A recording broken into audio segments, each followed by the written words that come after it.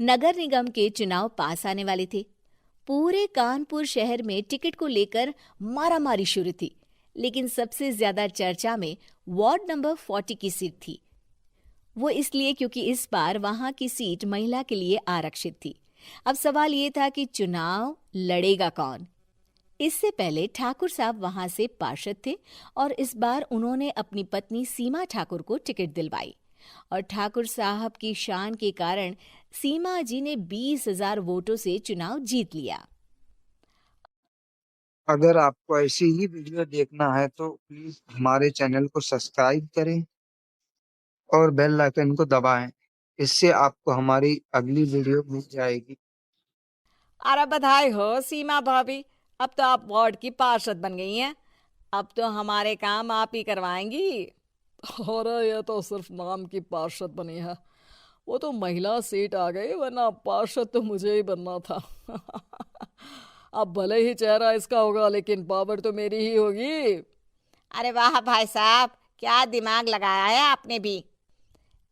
आइए आप लोग, खाना लगा दिया है सबके लिए। सीमा जी पार्षद बन चुकी थीं, फिर भी उनकी एक ना चलती। सारे काम ठाकुर साहब खुद ही संभाल लेते और जहां जरूरत पड़ती वहां सीमा जी का अंगूठा लगवा लेते। सीमा जी ज्यादा पढ़ी लिखी भी नहीं थी। एक दिन ठाकुर साहब और सीमा एक प्रोग्राम में जाते हैं। अरे ठाकुर साहब, आप आ गए। ओहो, पार्षद मैडम भी आ गई हैं। स्वागत है आप दोनों का। लगता है हमारे पार्षद फंड का सही इस्तेमाल हो रहा है। चलिए अब उद्घाटन करते हैं। ये लीजिए ठाकुर साहब कैची, आप ही सबसे पहले प्रवेश कीजिए। सब लोग आगे निकल जाते हैं और सीमा जी पार्षद होने के बावजूद भी पीछे खड़ी रह जाती हैं। वो देखती हैं कि वेलकम बोर्ड पर उनका नाम है, लेकिन महिला होने के कारण कोई उनका सम्मान नहीं कर रहा। अगले दिन एक आदमी उनके घर आता है। अरे ठाकुर साहब नमस्कार। कल ना हम नोटिस किए कि हमारा घर तो अवैध है और नगर निगम वाले उसे तोड़ने आ रहे हैं। अरे कुछ कीजिए ना ठाकुर साहब। देखो भाई, मैं तो ज्यादा कुछ कर नहीं सकता, पर अगर तुम सबकी जेब गर्म कर दो तो कुछ हो सकता है। कुल मिलाकर 4 लाख लगेंगे। अरे 4 लाख ठाकुर साहब? अरे भाई, मैं अपने लिए नहीं मांग रहा हूँ। दरोगा है, इंजीनियर बाबू है, बड़े साहब है, सबको देना पड़ता है ना थोड़ा थोड़ा। बोलो है मंजूर? तभी वहां अचानक सीमा जी आ जाती हैं। अरे ये आप क्या कर रहे हैं? पहले इन्हीं लोगों से तो आपने वोट मांगे, अब इनसे ही पैसे ले रहे हो। अरे चुप रहो तुम। तुम्हारा काम है सिर्फ अंगूठा लगाना, तुम वही किया करो। मुझे दूसरे काम तुम मत सिखाओ, समझी? और तुम ना जाओ, अब पैसे लेकर आओ, वरना जेसीबी किसी भी वक्त आती होगी।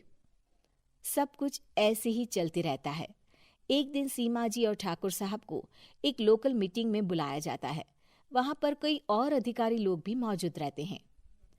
अब मैं चाहूंगा कि ठाकुर साहब हमारे बीच 2 शब्द कहें।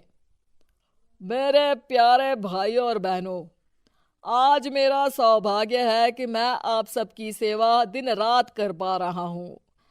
आपने मेरी पत्नी को भारी मतों से जिताया है, इसलिए मैं आप सभी का शुक्रगुजार हूं।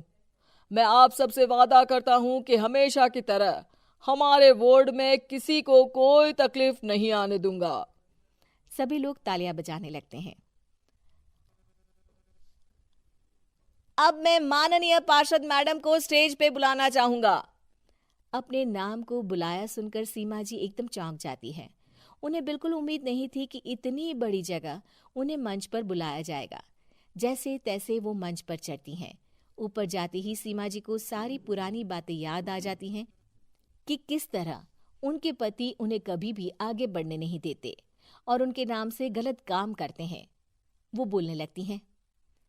मैं आपके वार्ड की पार्षद सीमा हूं।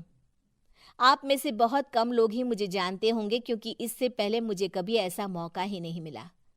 सारे मौके मेरे पार्षद पति यानी आपके ठाकुर साहब ही लेते रहे, लेकिन आज ये मौका मुझे मिला है तो मैं इसे ऐसे ही नहीं जाने दूंगी।